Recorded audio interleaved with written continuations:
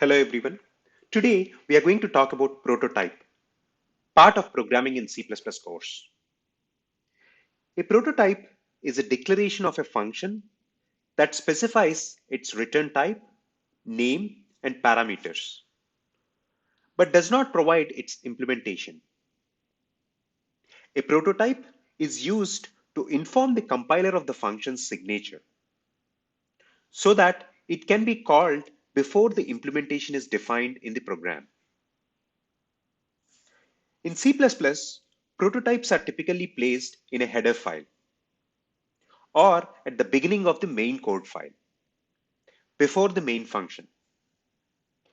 Here is an example of a function prototype for the add function we defined earlier.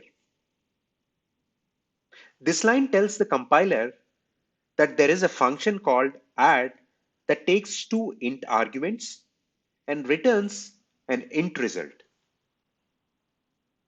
The implementation of the function can be defined later in the code.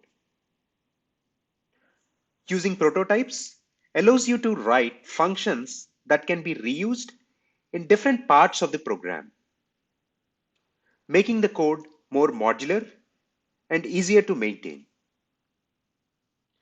Additionally, prototypes can also help catch errors early, as the compiler can check that a function is being called with the correct number and type of arguments. Hope this was helpful. Thank you for watching.